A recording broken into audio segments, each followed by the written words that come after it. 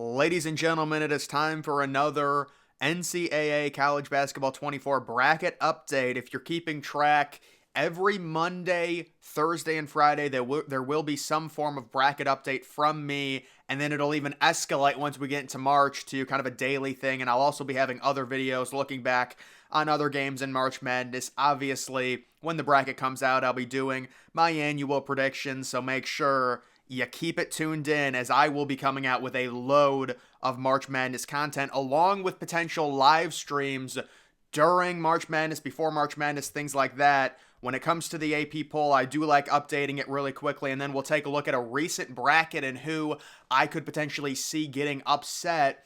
But let's begin with the AP poll. You do have Houston taking over the number one overall spot over Purdue, even with Purdue beating Michigan yesterday. Houston at 24-3. Remember the move to the Big 12? Everyone thought they would surely struggle at least a little bit more. I thought they would at least lose 6 or 7 games. They've been phenomenal this year. Just an amazing defense every single year. Veteran-laden team every year. They're number one overall right now in terms of the AP poll. You still have Purdue at number 2, UConn at number 3. Tennessee now moves into the number 4 spot. Could Tennessee be a 1 seed? They're sniffing around right now at 21-6. How about UConn moving down 2 spots below both Houston and Purdue? And you do have Marquette after the blowout win over UConn, although they did follow that up with a loss to St. John's.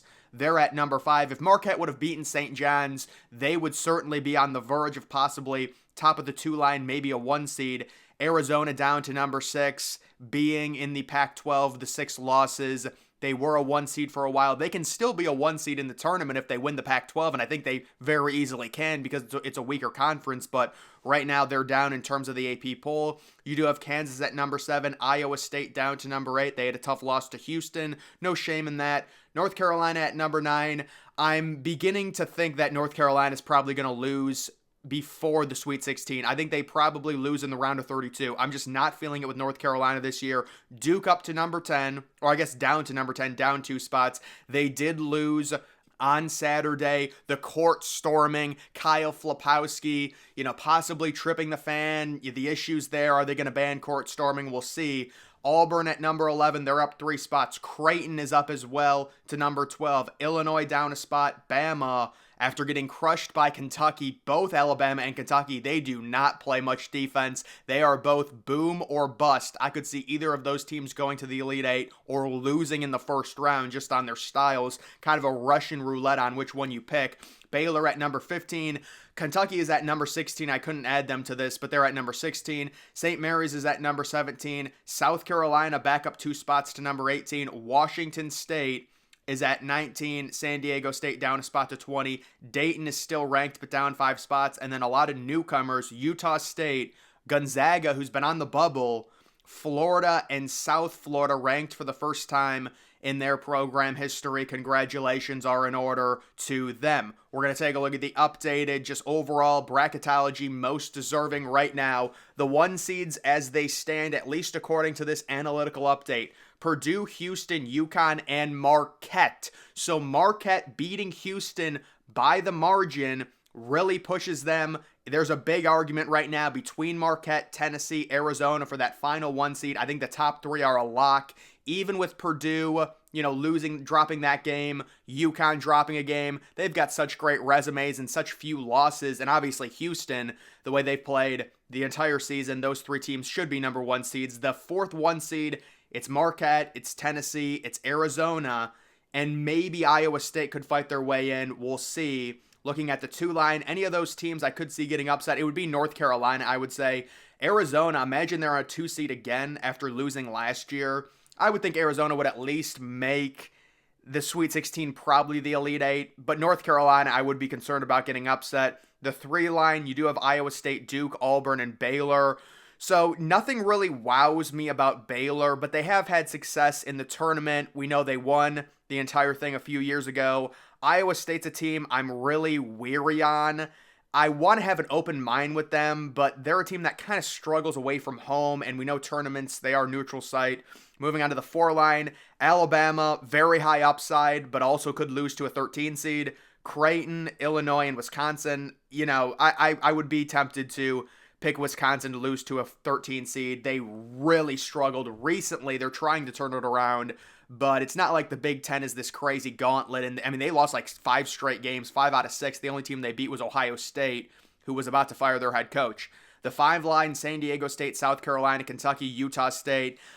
I think I would have Kentucky win. I just think they've got good upside on offense. San Diego State I don't love, but I do respect their program and them making the national title last year. South Carolina I think is a fraud. Their analytics are just so bad. And then Utah State is another 5 seed I could see losing 100% to a 12 seed. The 6 line, it's Dayton, Washington State, TCU, Clemson. To me, that's a really weak 6 line just looking at it. You know, any of those teams could lose, honestly, in the first round. I mean, 6v11 games, they do produce upsets. And then the 7v10, Nebraska, Northwestern, Florida, Texas Tech. I like Florida and Texas Tech, higher upside potential Sweet 16 teams from the 7 line. The 8 line, BYU. St. Mary's, man, that's crazy that St. Mary's is that low. But listen, they don't have quality wins. That's the problem with the West Coast Conference. Colorado State and Oklahoma. You know, those are 8 seeds. But St. Mary's, you know, if you're a 1 seed, you do not want to face that team in the second round for sure. BYU is kind of a high upside team as well. You know, it's a shame with a team like BYU joining the Big 12 when they did. Although I guess at this point, the Mountain West is a gauntlet in its own right anyways. Moving to the 9 line, you do have Michigan State. So Michigan State losing to Ohio State on the buzzer beater 3-pointer. They were up by 10 that entire game. Could Ohio State sneak into the tournament after the Holtman firing? It's unlikely. Michigan State, everyone's down on them. People saying they're going to miss the tournament, but their analytics are so good, it'll be interesting to see what happens to them. Mississippi State, Nevada, Boise State. You do have Wake Forest on the 10 line after beating Duke. Huge win. I was talking about them on Friday being on the bubble. Now they're squarely in, and they're a top 20 analytical team. They could make a Final Four run, potentially.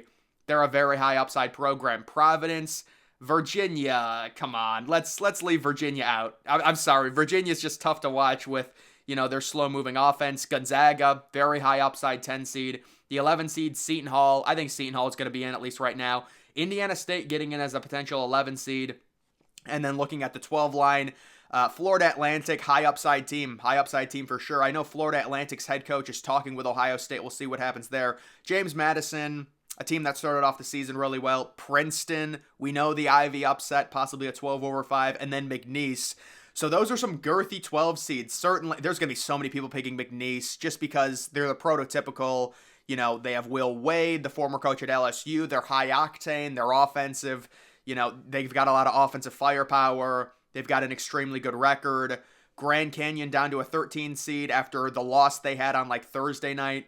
Samford, excuse me. I almost said Stanford. Yeah, Samford. They've had a good year this year. UNC Wilmington and Vermont. The 14 line, La Tech, UC Irvine, Akron, and High Point up to a 14 seed. Morehead State, Weber State, Youngstown State, and Colgate. Wow, Colgate listed as the final 15 seed there. And then Fairfield with the amazing new court that they got as a 16 seed in the tournament. The first time I've seen them in the tournament, along with Lipscomb. Wow, I guess Quinnipiac, the pollster, got knocked out. And then looking at the final teams in the tournament, Colorado, Texas, Utah, Butler. Those would be the last 4 in. And then the first teams out, it is Pittsburgh, Iowa. Wow, Pittsburgh is trending up. Villanova, New Mexico, Ole Miss, St. John's. St. John's, their record is just killing them. Texas A&M and Kansas State. But St. John's does have quality wins. The analytics like them a lot. I just randomly saw this. This would be the projected Big Ten tournament right now. Michigan versus Ohio State in the first round. Winner faces Michigan State. Pretty funny there. And then you do have Indiana, Rutgers. Just looking at this path for Purdue, you know, they're the 1 seed, obviously, facing possibly Iowa or Penn State. That's almost like a guaranteed win. And then possibly facing Nebraska or Northwestern.